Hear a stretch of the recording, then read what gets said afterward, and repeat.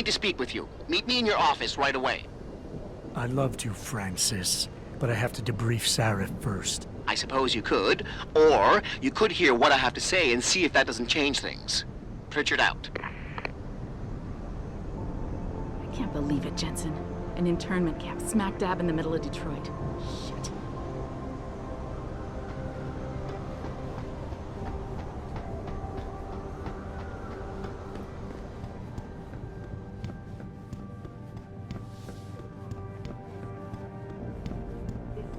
We need everyone on high alert. It's not only the pro-Augs who might want to get a Taggart, but the ones against them too. You're saying that pro-human...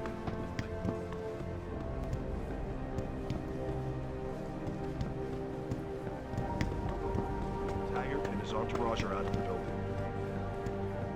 A secret prison camp hidden in Highland Park? You've got to be kidding me. That's what Will was saying.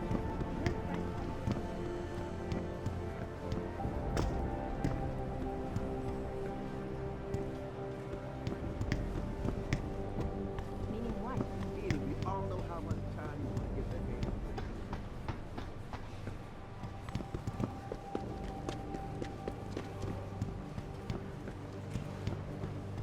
You guys might hear all of a sudden, but there was just something about Taggart. What do you want? As much as I hate to admit it, I need your help. That signal you shut down in DRB territory. It's been active for almost a year. You're telling me someone outside this company has had access to our network since before the first attack? I've detected intrusions before and shut them down swiftly every time. But whoever designed this particular algorithm is good. Very good. You've told Sarif? See, here's the thing. The intrusions were possible because of a backdoor access into our security system that I never even knew existed. The one Sanders' team used to get inside our plant. I've worked here for 7 years, Jensen, and this is the first time I've seen that particular access route. David Sarif created it specifically to bypass the firewall. He's hiding something, and I think you should find out what it is. Why me? Because, as far as I can tell, Sarif created that access and was streaming a lot of data through it shortly after your ex-girlfriend suggested he hire you.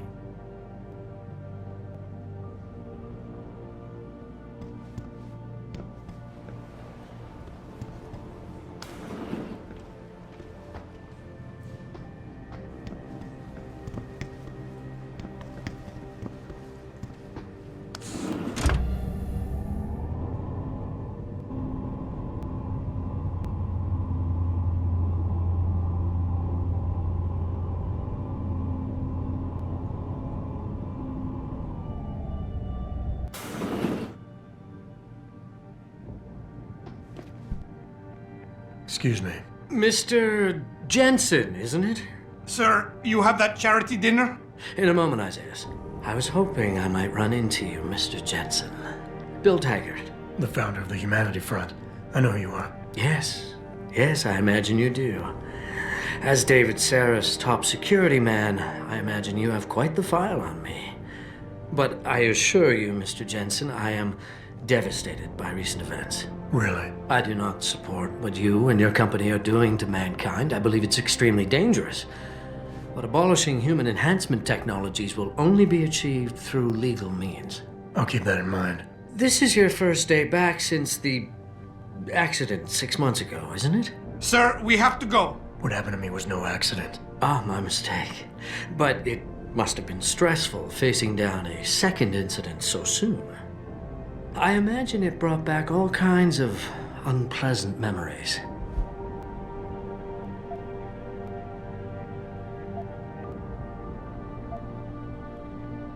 I appreciate your concern, Mr. Taggart, but it was nothing I couldn't handle. I'm a psychologist, Mr. Jensen.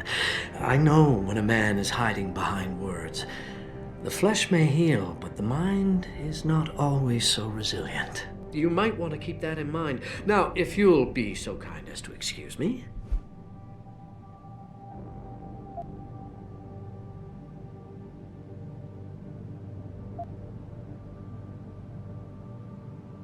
I'm curious about something, Mr. Taggart.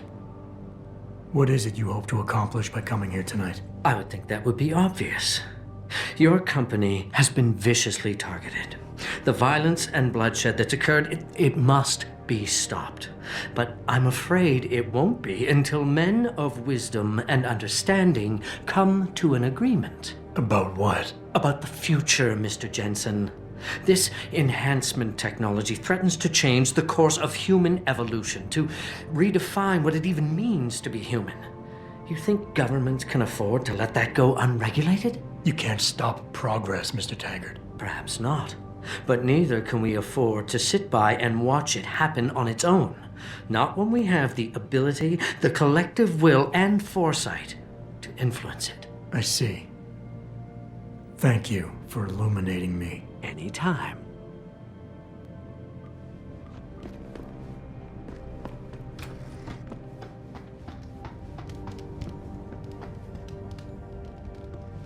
Boss, we need to talk.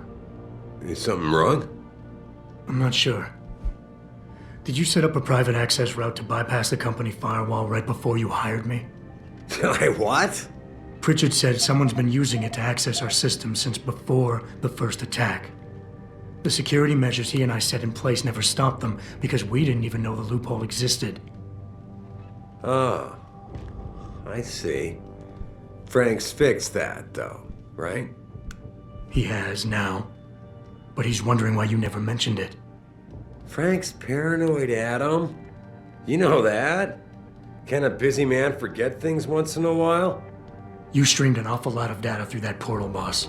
Right before you brought me on board. Pritchard may be paranoid, but I gotta admit, I'm wondering what was in it too. Yeah, as an ex-cop, I guess you would. But the important thing is you found the hole and plugged it. We're secure now. And the information you uncovered in that FEMA facility may actually help us track these guys. So let's just stay focused on what's important.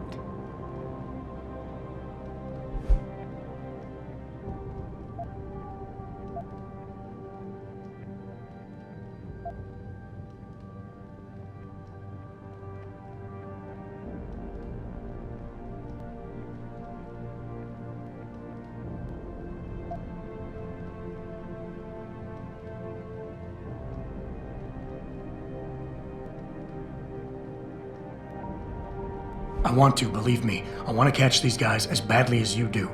But that breach is responsible for every security crisis we've had, including today's. If you want me to stop these guys, I need to know what kind of data they've had access to. You're right, you're right. I'm sorry if I seem evasive. But you can't expect me to tell you every detail of this company's operations every single day. We're at war here. And it's your job to protect us from enemies who try to take us down. You should have found that loophole without my having to tell you about it. You know, Frank wanted me to hire experts, an outside security firm to protect us, but you convinced me you could do it. Are you saying you were wrong?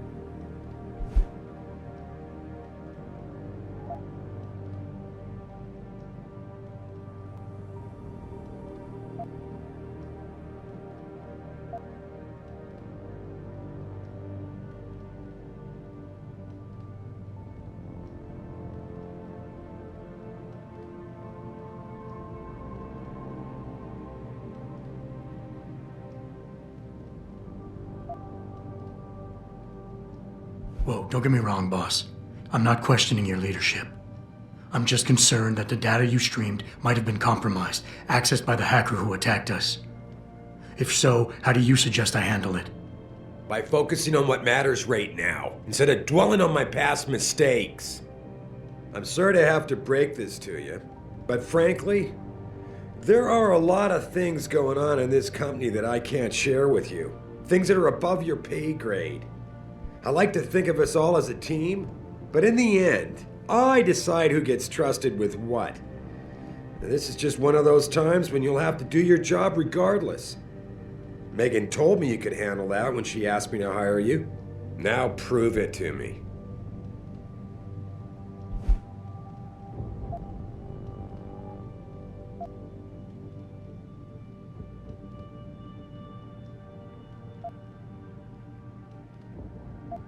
Megan? Boss, what does Megan have to do with any of this? I thought we were discussing a security breach. No, Adam. You were discussing it. I just told you it's time to move on. I can understand why the mention of Megan's name gets your hackles up. She did break your heart after all. But the data I streamed was a routine, fact-finding check carried out after one of our many late-night discussions, and I don't see how knowing the content of it will make you better equipped for your job. Honestly, Adam, you're starting to appear as jealous as Frank. Just trust me with this one.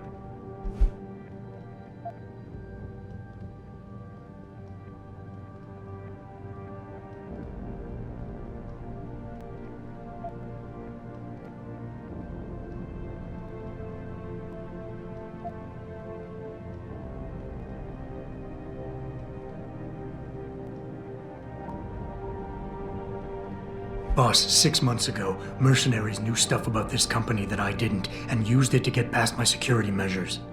I don't really care what kind of secrets you and Megan were keeping back then. I just want to make sure they don't endanger us again. Adam, I didn't mean to imply... You're right, okay? You're right. I really shouldn't keep this information from you.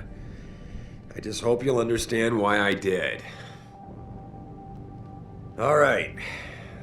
Look, the truth is, I set up a confidential data channel for a private investigator, someone who can run covert background checks on people, potential new recruits, like you. You what? I had to, Adam. You were a liability, remember? You'd just been fired from SWAT. Now, Megan believed in you, but I had to be sure. Look, I don't want this to come between us. I'll send the files to your computer. You can see for yourself what he dug up. But Adam, you'd better be sure. Why? What do you mean? I mean, sometimes the past should stay in the past. Once you see that data, you can't unring the bell. When you're ready, come back and talk to me. We need to discuss our next move.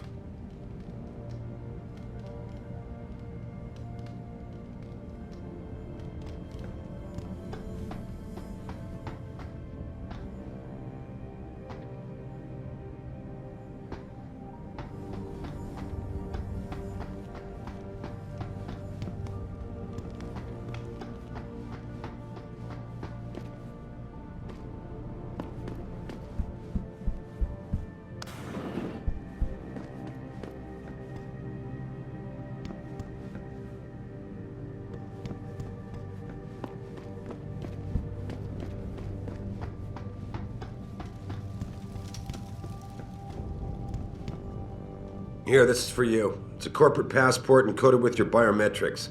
I've set up a false flag routing which should get you to Henshaw Island without any problems. You're sending me to China? What about FEMA? FEMA's got nothing to do with this, trust me. We'll have better luck in China. How can you say that? I saw the bastard who killed Megan pulling his men out of that facility. I left one of those men dead in its underground storage bay. I know that, Adam. Frank was monitoring the whole thing. So I also know that before he died, that man gave you an address in China. I want you to check it out. That doesn't make any sense. Look, Adam. There's a reason this company's under attack.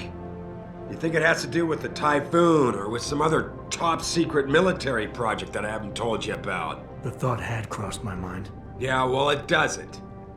The work Megan's team was doing before they were killed, it was redefining what it means to be human. This company, Seraph Industries, was about to lead mankind to its next stage in human development. Self-controlled evolution. Can't you see how scary that can be to some people? Sure. I also see how lucrative it can be for some others. It's never been about money for me, Adam. But you're right. There are people out there who don't exactly feel the same. Like who? I'm hoping you'll be able to find that answer for us in China. So get going. Farida's prepping the chopper.